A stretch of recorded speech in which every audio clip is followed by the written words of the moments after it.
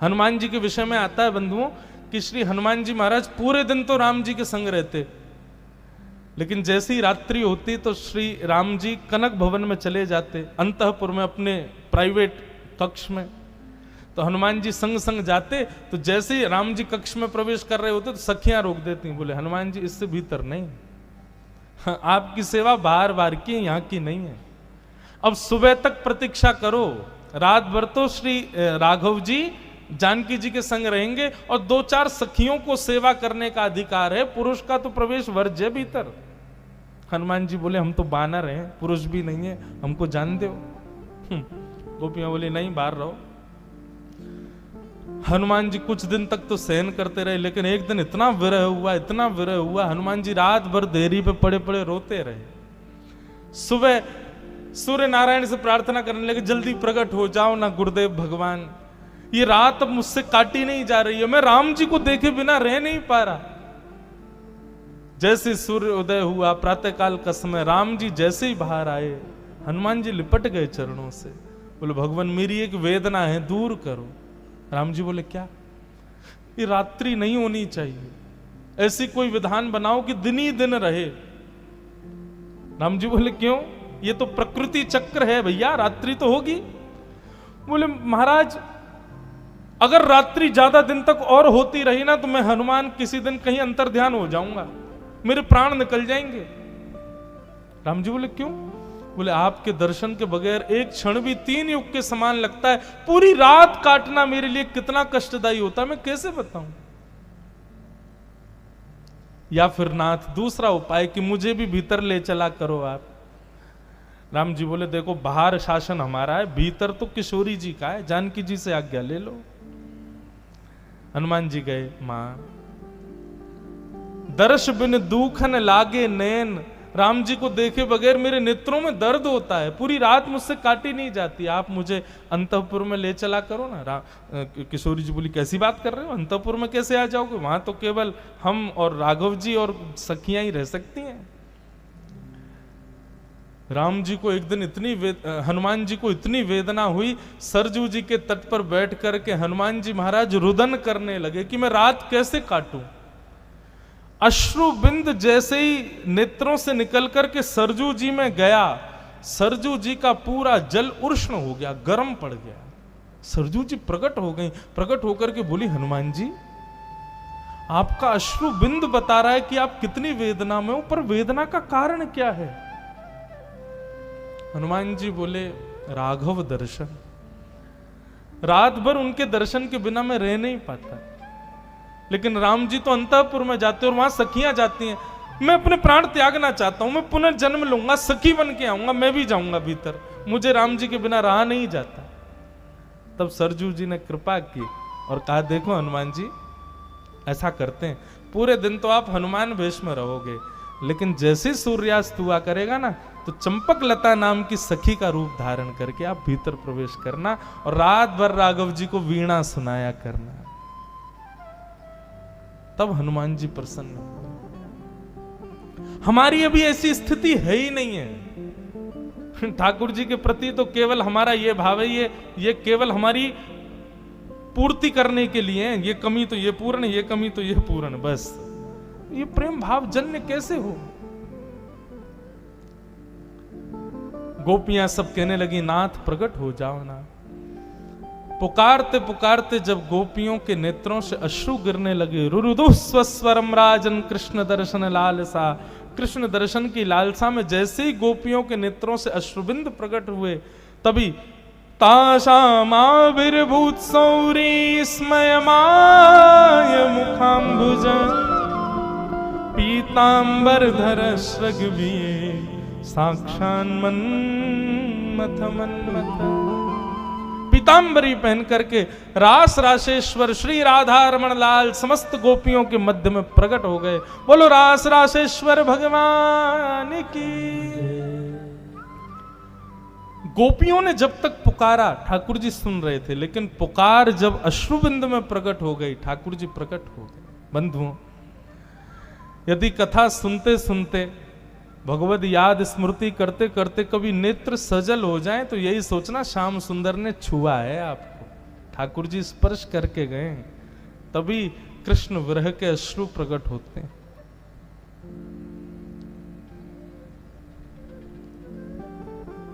गोपियों के अश्रु जैसे ही आए, रुरुदु स्वस्वरम राजन, ठाकुर जी प्रकट हो गए। कृष्ण विरह में अश्रु प्रकट हो जाए तो समझना ठाकुर जी प्रकट हो ही गए हृदय में। अब ठाकुर जी संग ही हैं। ठाकुर जी प्रकट हो गए, सब गोपियों ने ठाकुर जी को पकड़ लिया, बोले कहीं दोबारा नहीं भाग जाएं। भगवान बोले अरे अरे अरे ऐसे मत करो, हम तो बस परीक्षण कर रहे थे, आपको देख रहे थे, हम कुछ खाने गए थे। गोपियों बोली क्या खाने गए थे? बोले आप सबको जो अभिमान हो गया था ना, उसको नष्ट करने गए थे। आपको रूप का अभिमान, अपनी योग्यताओं का अभिमान हो गया था, अब आप सब अभिमान रहित हो गई हो। इसका परिणाम क्या है कि अभिमान रहित है। अभिमान रहित व्यक्ति कभी रो नहीं सकता, अभिमान युक्त व्यक्ति रो नहीं सकता। अभिमान रहित व्यक्ति के ही नेत्रों में से आंसू आते हैं। और एक और बात, संसार के लिए नहीं, भक्ति प्राप्ति, भगवत प्राप्ति में यदि किसी के नेत्र सजल हो रहे हैं तो निश्चित है कि वो अभिमान रहित है। गोपियों के नेत्रों के अश्रु प्रमाण दे रहे हैं कि वो अभिमान रहित हो चुकी हैं। ठाकुर जी बोले अब हम रास नहीं, अब हम महारास करेंगे। और जितनी गोपी थी उतने कृष्ण ने रूप धारण कर लिए और वृंदावन की भूमि में यमुना के तट पर महारास हुआ। आहा, कैलाश पर बैठे हुए महादेव नेत्र खुल गए। पार्वती जी से बोले रक्षा करना कैलाश की, हम जा रहे हैं। बोले कहां जा रहे हो? बोले वृंदावन जा रहे हैं, क्योंकि जगत नियंता जगदाधार जगदीश्वर आज महारास कर रहे हैं। जैसे ही महादेव वृंदावन आए, गोपियों ने द्वार रोक दिया। बोले कहां घुसे जा रहे हो? महादेव बोले मैं भी रास में जाऊंगा भीतर। गोपियां बोली भीतर केवल गोपियां और श्री कृष्ण ही जा सकती हैं, कोई और पुरुष भीतर नहीं जा सकता। महादेव बोले अभी आपको बाह्य रूप से मैं पुरुष दिख रहा हूं, पर भीतर से देखो मैं भी एक गोपी हूं, मेरे भी प्रत्येक रोम कृष्ण को चाहता है। गोपियों ने और अन्नपूर्णा मैया ने महादेव का सुंदर श्रृंगार किया और श्रृंगार करके महादेव बन गए गोपी। इसीलिए हमारे ब्रज में विराज रहे हैं गोपेश्वर महादेव। बोलो गोपेश्वर महादेव की जय। आहा, गोपी रूप धारण करके श्याम सुंदर वृंदावन में विराजते, महादेव वृंदावन में विराजते। अब यहां महारास हो रहा है बंधु। अभी अभी हमने सुना कि रास का मतलब नृत्य नहीं, तो फिर महारास में नृत्य क्यों हुआ? बंधुओं, नृत्य करना पड़े वो नृत्य नहीं, प्रसन्नता इतनी हो जाए कि आप अपने आप को रोक ही नहीं पाओ, पैर थिरकने लग जाएं, भुजाएं उठ जाएं, उसको नृत्य कहते हैं। कृष्ण प्राप्ति से गोपियां इतनी प्रसन्न हो गई कि फिर शरीर का जो भाव प्रेम था वो नृत्य के रूप में बाहर आने लगा, इसलिए नृत्य हुआ। घर में कोई बहुत खुशी का माहौल हो जाए तो जो बूढ़े दादा दादी बेचारे उठ भी नहीं पाते, वो भी नाचने लग जाते हैं, खुश हो जाते हैं। ठीक वैसे ही कृष्ण जीवन में आ गए तो इतनी प्रसन्नता हुई गोपियों की कि वो प्रसन्नता ही उनके पैरों के थिरकन में बाहर आने लगी, उनके भाव भंगिमा में नृत्य के रूप में परिणत हो गई। तब महारास में नृत्य हुआ। ठाकुर जी नृत्य कर रहे हैं, गोपियां नृत्य कर रही हैं, हम आप सब लोगों का मन रूपी मयूर भी नृत्य करे इस महारास में। राधा नचे कृष्ण नचे, नाचे गोपी जन। राधा नचे कृष्ण नाचे, नाचे गोपी जन। क्योंकि मन मेरा बन गया सखी रे पावन वृंदावन। क्योंकि मेरा बन गया सखी रे पावन वृंदावन। हे मन मेरा बन गया सखी रे पावन वृंदावन। हो हमारे भीतर भी यही भाव, श्याम सुंदर हमारे हृदय कुंज में नृत्य कर रहे हैं किशोरी जी और समस्त गोपियों के साथ। इसी भाव से करताल बजाते हुए 2 मिनट गाओ। रास रचो है, रास रचो है, आज यमुना के नारे महारास रचो है। रास रचो है, रास रचो है आज यमुना किनारे महारास रचो है। ओ रास रचो है, रास रचो है आज यमुना किनारे महारास रचो है। रास रचो है, रास रचो है आज यमुना किनारे महारास। बोल रास रासेश्वर भगवान की।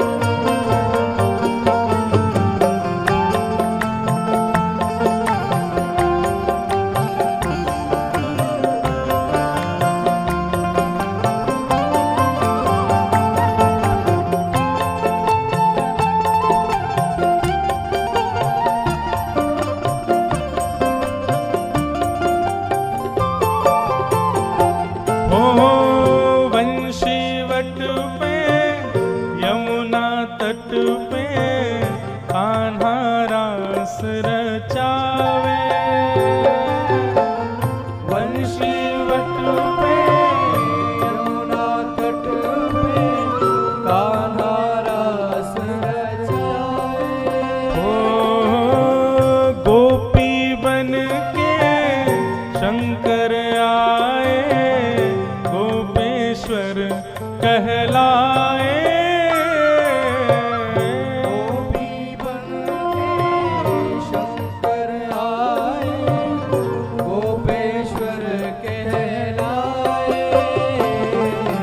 डम डम डमरू बाजे कान्हा की मुरली पे, डम डम डमरू बाजे कान्हा की मुरली पे। ओ डम डम डमरू बाजे कान्हा की मुरली पे, डम डम डमरू बाजे कान्हा की मुरली पे। ओ जग सारा नाचे रे श्याम संग राधा नाचे रे, श्याम संग राधा नाचे। ओ श्याम संग राधा नाचे रे, ओ श्याम संग राधा नाचे। ओ राधा नाचे कृष्ण नाचे, नाचे गोपी जन। राधा नाचे कृष्ण नाचे, नाचे गोपी जन। क्योंकि मन मेरा बन गया सखी रे पावन वृंदावन, क्योंकि मन मेरा बन गया सखी री पावन वृंदावन।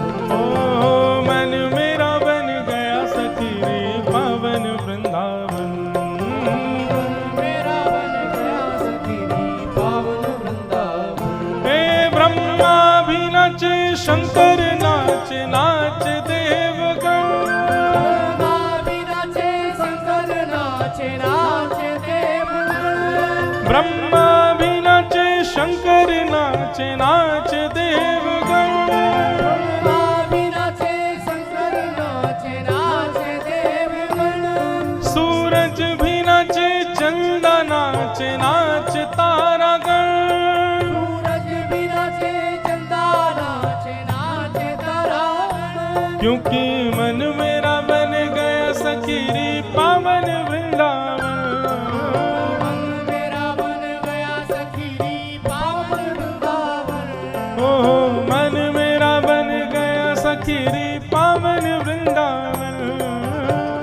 मेरा बन गया सखी री पावन वृंदावन। ओ रास रचो है, रास रचो है आज यमुना किनारे महारास रचो है।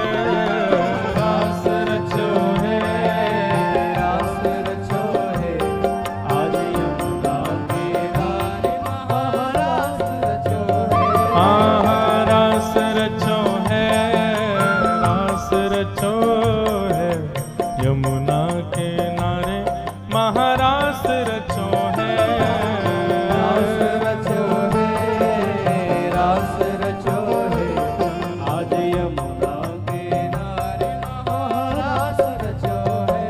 आज यमुना किनारे महारास रचो है। आज यमुना किनारे महारास रचो है। ओ आज यमुना किनारे महारास रचो है। यमुना किनारे महारास रचो है। ओ आज यमुना किनारे महारास रचो है। आज यमुना किनारे महारास रचो है। ओ आज यमुना किनारे महारास रचो है। यमुना किनारे महारास बोलो रास रासेश्वर भगवान।